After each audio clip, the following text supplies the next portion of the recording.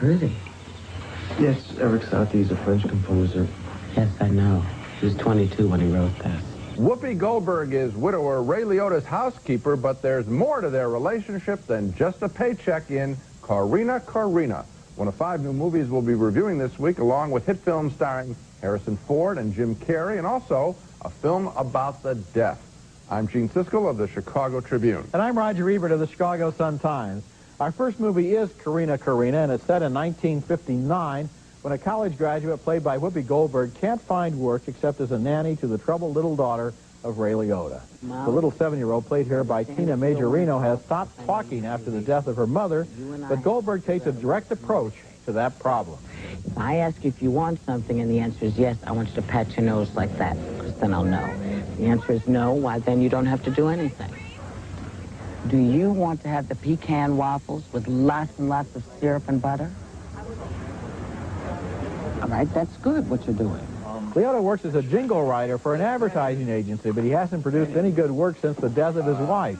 At home, Liotta and Goldberg gradually become friends, and one day Goldberg sits down at the piano with him when he's stuck on a tricky jingle. You just fixed your problem. You took the G off the end of pudding. Who says you shouldn't have instant pudding? I mean, it could be that... Oh! Who says you shouldn't have instant pudding? Ba-dum-bum-bum-bum. Good. Eventually, slowly, Goldberg and Liotta fall in love, but the movie is almost more bashful about that than the characters are, and there's a long, slow build-up with scenes like this one. You know, when you listen to Bill Evans, it's as though you held up a really beautifully clear crystal in front of a warm light. It's lovely. Who wrote that? I did. Corrina Corrina has its heart in the right place, but watching this movie is a slow and depressing experience. The first hour is so sad and so muted that it almost seems like a meditation on the theme of loss. And when Liotta and Goldberg do finally fall in love, there's no convincing passion or chemistry. It's as if they've reached some kind of logical decision about their relationship. There are some nice moments in Corrina Corrina, but overall, it's a disappointment. I liked it a little bit more than you did, and the reason is not because of the theme, because what struck me about the picture is that it doesn't advance the issue of interracial love affairs beyond what we've had for 30 years in the movie. Yeah. It's right there, right in the mainstream. What I liked in this film was Ray Liotta. I watched him. This is a very thin script. It's underwritten. You were quite right. We feel that there's more going on than the movie wants to show us. Yeah. But it's because of Ray Liotta. I studied this guy. I think he's a marvelous actor. He's not considered at the first rank in big names, but he is so good at showing the loss of a parent. The pressure... Loss of a wife. Loss of a wife. Yeah. The pressure on the parent with the child and with her. He doesn't have many good scenes with her in terms of writing. But I felt it very gradually measured. I just hooked into that. I think maybe I was responding to sort of the same thing when I said that the movie had its heart in the right place, because you do feel that these people are people that you like and respect and are paying attention to, but you're right, too, that the screenplay is so underwritten that it just moves so slowly, and you're waiting for something more to happen than ever does. Well, I'm just saying that this guy, with a thin script, is a powerful presence. This is an actor that I like to see get a lot more work in bigger films.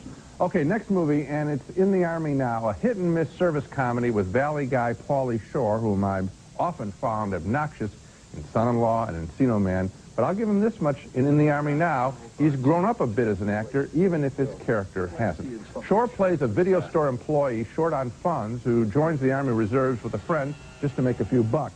His first trauma? The classic Army haircut. All right.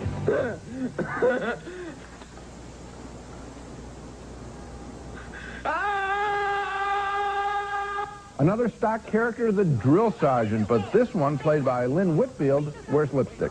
What's the name, Private? Bones Con, we're reporting for duty, sir. All right. Man, Sergeant.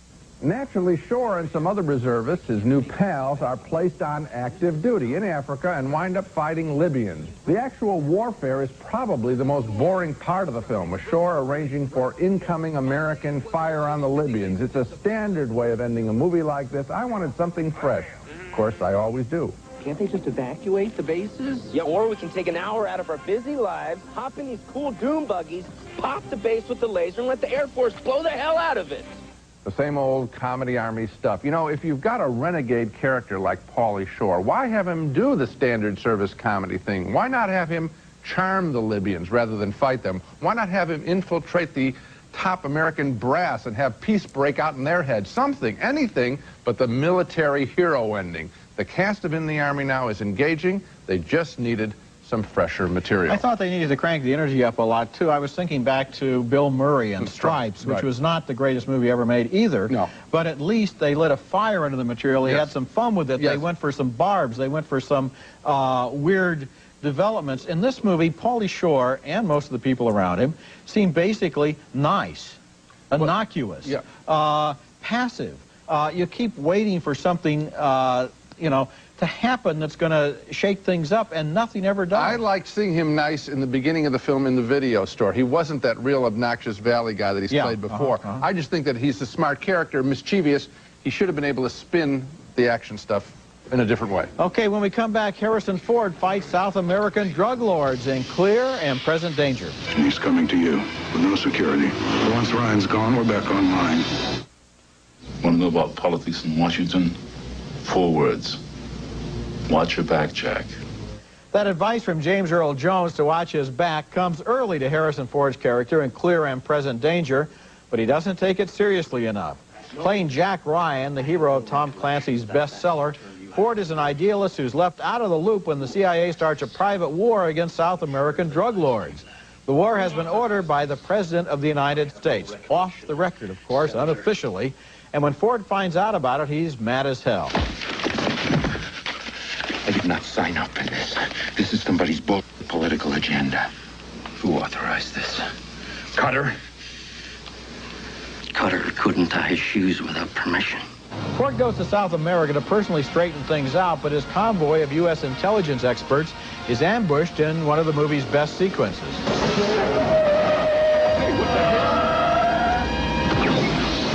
The covert operation is being run by a guerrilla warfare expert played here by Willem Dafoe, who at first is an enemy of the Ford character, but eventually ends up on his side.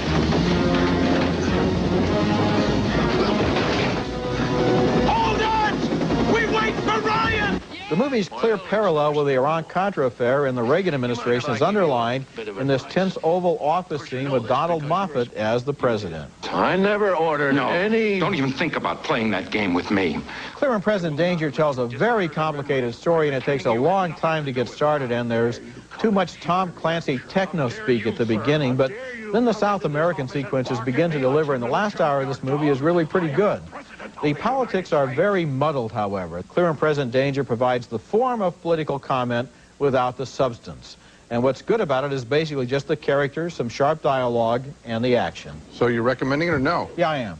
Yeah. Okay. I like it, but probably for just all the opposite reasons that you did. I thought the beginning of the stuff, the inside the CIA material, inside the Oval Office stuff, that's the part I liked. I like the first attack, I think, is terrific. Yeah. When he goes back down the second time, which is not in the book, the second time I thought that was the Rambo ending, which I thought was standard, unnecessary, not credible. I didn't buy that at all. Yeah, well, I haven't read the book. I know enough about Tom Clancy to know that he probably, in his book, didn't take exactly the same tack that this movie took. I think he was probably a little more right-wing. And I think the movie kind of, it seems to have a residue of Tom Clancy and then some revisionism so that it's never really clear about what it's trying to say. You're quite informed, having not read the book. The my feeling, having seen the movie, is that... Oh, that helps. Yeah, is that if they had 3 big screenwriters on this picture, I think if they had kept it more cerebral rather than that slam bang conclusion at the end, I think it would have been a really good picture. I like the film. I'm recommending it. You know that a movie like this has to have a slam bang conclusion at the end. He didn't have to be the personal engineer of it. Okay, coming up next, we both really hated Jim Carrey as Ace Ventura, Pet Detective. So the question is, do we like him any better in his new film as The Mask?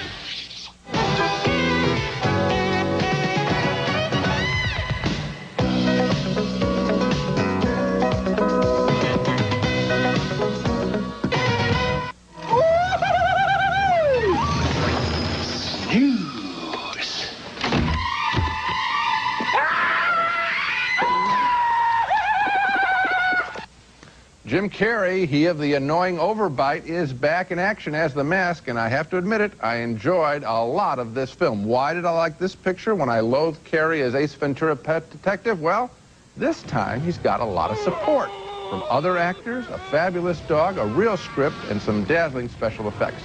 Carrey plays a meek bank officer who finds an ancient mask. When he puts it on, it gives him special powers and turns him into a character, a wild character, much like Robin Williams' genie in Aladdin. Both are non-stop mouths. Spoken! It's party time! P-A-R-T. Why? Because I gotta! I mentioned that Carrey has a lot of support in this picture. One of the pillars is the gorgeous Cameron Diaz, a 21-year-old model making an impressive film debut as the mobster's girlfriend, who kind of likes Carrey as that wimpy loan officer. As I was saying about that tie, kind of reminds me of one of those, what do you call it, ink blot tests. A Rorschach test. Right. Yeah. You know, it sort of looks like a young woman riding bareback. And she can sing and dance, too. Not necessary, but we appreciate it. More support? A dog. A great movie dog. A smart little Jack Russell Terrier that helps Carrey break out of jail, but has a little trouble reading lips. This is a classic comedy scene. No, not the cheese. The keys. Put the cheese down and get the keys. Go on. Over there. Over there.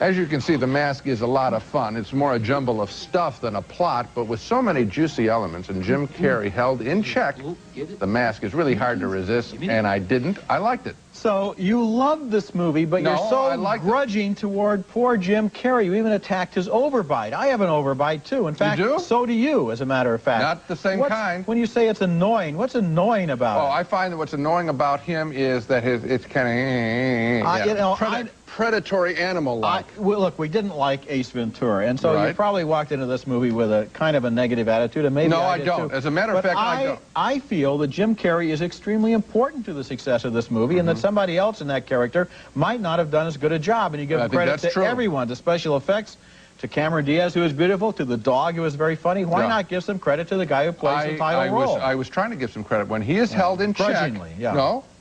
When he is held in check... I don't give positive reviews grudgingly. That's a. No, wait, you just finished saying that you wish that Pauly Shore hadn't been held in check in the other movie. No, I said that he had warmed up and was nicer. I'm going to stay right with Jim Carrey. I don't give positive reviews grudgingly. That's a rough characterization because think about it. That means that I don't like to like something. I'm not like that. I love to like pictures. What a wonderful, warm, but I'm saying specifically, thank you. What I'm not the guy that you think you're working with, apparently. What I don't like about Jim Carrey is that he's got that predatory thing held in check as an ingredient in the film. Okay? He works. Okay, fine. Now that we've got that settled, when we come back, In the Land of the Deaf, a documentary about people whose eloquence doesn't depend on the spoken word. I don't think I'll ever regard deaf people in the same way again after seeing a new documentary named In the Land of the Deaf. This is a French film, subtitled in English, but most of the dialogue that is subtitled is not spoken in French, but in sign language and in body language. And just look here at one of the teachers in the film who brings such an eloquence to a simple lesson that we almost envy him rather than thinking of him as handicapped.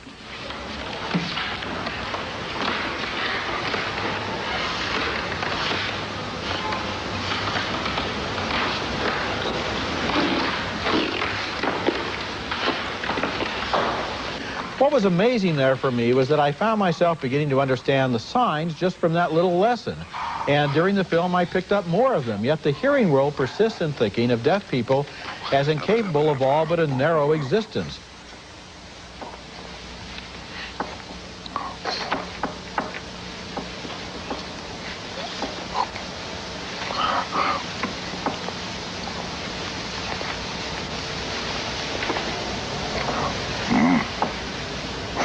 As I was watching In the Land of the Deaf, I noticed a fascinating phenomenon. I was being drawn into the world of these people and responding very strongly to the poetry and eloquence with which they use their hands, their eyes, and their whole bodies in order to speak.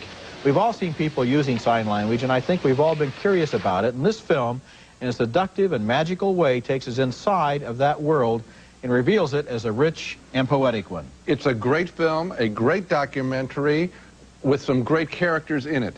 That teacher that you showed at the beginning, wouldn't you love to see a whole movie about this guy? Couldn't you? Don't you want to go to France and find this guy and go out to dinner with him and just talk? He's a great magnetic character. And how about the teachers who are willing to be tough on the students? That was fascinating material. Didn't you think, boy, I don't think American schools are that tough with their students anymore? And isn't that just in this little sidelight? There are all kinds of things to think about. Now, just one more thing. You used the word envy. Absolutely. I had the same reaction. I thought, they are in a special tribe that isn't limited, that's great, that's, you know, a club that's exciting. The last thing that I think about, frankly, I thought this. I don't know how this is going to play in the politically correct world that we live in, but I thought, you know what? It isn't such a big deal. It isn't such a big give-up. They've got a wonderful world. Well, I mean, in addition to the other way, I mean, it's a very seductive documentary. You know, I went through a two-stage process in thinking about it, because at first it occurred to me, everyone in the movie seems so nice and so cheerful and so poetic in the way that they're able to use everything that they can in order to communicate. And then I thought, but what would it be like to see two deaf people who were really, really mad at each other? Wouldn't that be interesting? It would be like watching us with the sound off. Maybe so. I don't know. Because, well, very funny. But no, but the point is, because it was almost that I was seduced into thinking that they're always nice, because the sign language seems so nice, so gentle, so poetic, so upbeat, so giving, that then I came up with that other thought, and I think that would be interesting too. Well, I just like the idea that I was with this world. As you said, we have seen this and we've felt excluded. And this movie lets us in, and it's great. Okay, coming up next, our video pick of the week is the 25th anniversary of Woodstock, and a new expanded version of the great documentary on that music fest is coming up. Siskel and Ebert's video pick of the week, brought to you by Orville Redenbacher, the first and last name in popcorn. Now, whether you believe that the Woodstock Festival in 1969 was a watershed cultural event, or just a lot of baby boomers getting stoned and listening to classic rock, there's no denying that Michael Wadley's documentary made a year later about the event is a true work of art and a fine piece of journalism. In honor of the 25th anniversary, a new expanded version of the film has been released in theaters and now on home video. The half hour of new concert material includes Janis Joplin singing "Work Me, Lord." Can I show you how hard it is trying to live when you're all alone? Every day I keep pushing, I keep trying to keep it forward, but something is surrounding me. More new footage.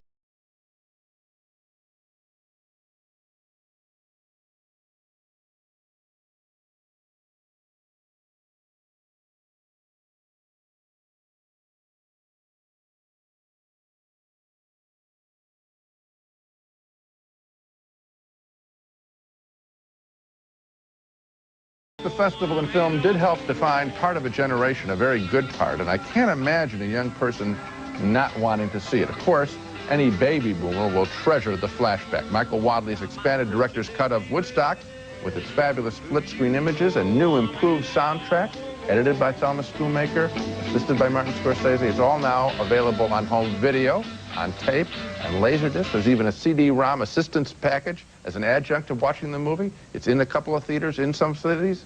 It's our video pick of the week. Now let's take another look at the movies we reviewed on this show. A split vote on Corrina Corrina. We both thought the interracial love story was slight, but I really think that Ray Liotta's performance makes this slight movie worth seeing. 2 thumbs down for In the Army Now with Pauly Shore and a standard service comedy. We wanted something fresh from Shore. 2 thumbs up for Clear and Present Danger. We were all over the map in which parts we liked of the film, but we do agree that it's worth seeing with Harrison Ford. And 2 thumbs up for The Mask. We debated how much credit Jim Carrey deserves for the enterprise, but he certainly did get a lot of fine support. And 2 thumbs up for In the Land of the Deaf, the real discovery of this show, a wonderful documentary that will take you into the deaf world in a way that you have never seen or heard before. Okay, that's it for this week. Next week we'll be back with Andre, again with little Tina Majorino, who stars with Keith Carradine in the story of a New England family that adopts a wild seal, and Color of Night, a thriller starring Bruce Willis as a psychoanalyst who suspects that one of his clients is a murderer. That's next week, and until then, the balcony is closed. New Blue Bonnet tubs with a great new buttery taste. Everything's better with Blue Bonnet on it. Dissolve it for crayons, chewing gum, stickers, soap scum, oil, tar, and grease. Located in the specialty cleaning section of your favorite store, Dissolve it. It's almost school time again. Are your children ready to read? Hooked on Phonics makes learning to read easy and fun. Call 1-800-ABCDEFG 24 hours a day. Well Body New Botanical Skincare. Enjoy younger, firmer, healthier skin. Well Body, nature's very best.